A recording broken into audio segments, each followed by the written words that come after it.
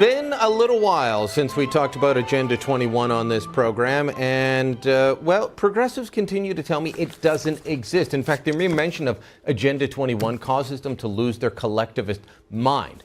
But here in my hand, I have one of several reports that sit on my desk on the issue, and it is a UN report, 112 pages long, all about Canada and the United Nations, program called Agenda 21.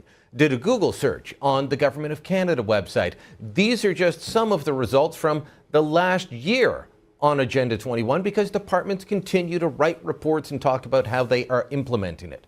This is a very real issue that plays out across the country. In fact, around the world. Dr. Elena Johnson has been writing on this issue in places like Canada Free Press. She's also a best-selling author on Agenda 21 and UN environmental policy. She joins us now from our studio in Washington, D.C. Dr. Johnson, let's start there. You write in a recent piece about how you've been warned as well. Don't talk about Agenda 21, call it something else because, well, it's not real or people claim it's not real. This is a very real issue that involves a global idea for local control, right? Absolutely, which started officially in 1992 when it was signed in Rio by 178 countries. And they have gradually and stealthily introduced it at the local level with actual taxpayer dollars disguised as grants from HUD, for example, or from the Department of Energy. All right, so in your country, you've got HUD doing this. In our country, we have everything from Environment Canada to forestry management. And just the report I have in my hand talks about agriculture, atmosphere, biodiversity, freshwater, land management, which is a very real issue. It's put its tentacles into everything.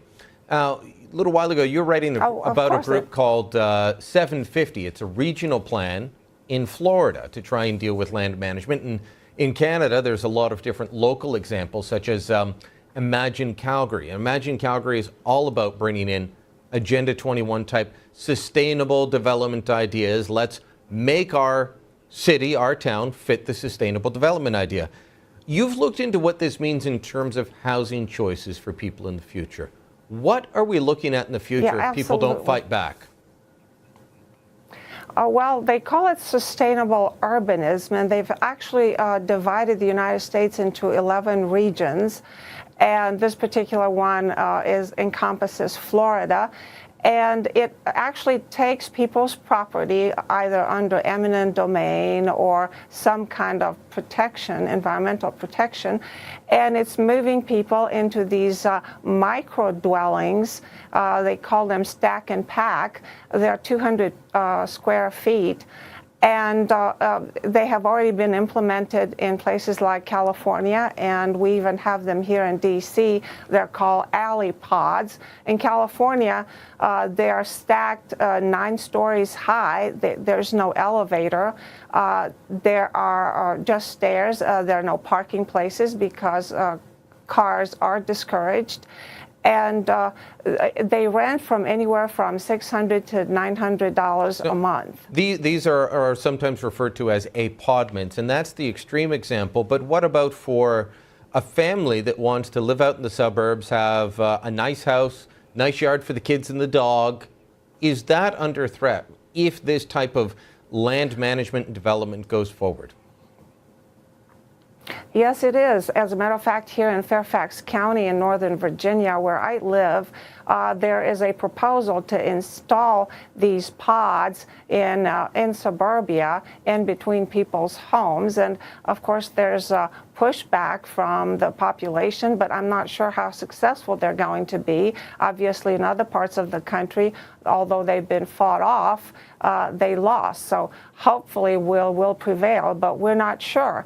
I cannot imagine what's going to happen. You've covered this north to south in the United States. How do you fight back? You organize? We've organized. We have groups across the country, and we've won some battles and we've lost some battles. And right now we're organized to fight in Fairfax County. We do not want these dwellings because they're going to turn our suburbia into slums. And I think that's the intent.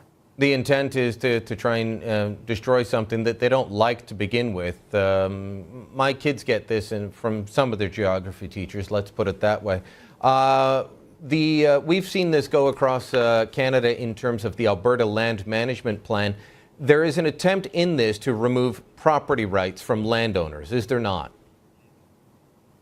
Yes, and of course, I grew up under communism for 20 years, and I've witnessed my families and the citizens around me having their properties confiscated by the government under the collectivism excuse. And at first, we had other families move in with us, and then eventually we were all kicked out into a high-rise tenement, densely populated, even though prior to that we had to share a bathroom and a kitchen with 2 other families, and the square footage was only 600 square feet to begin with. So it was not a good situation.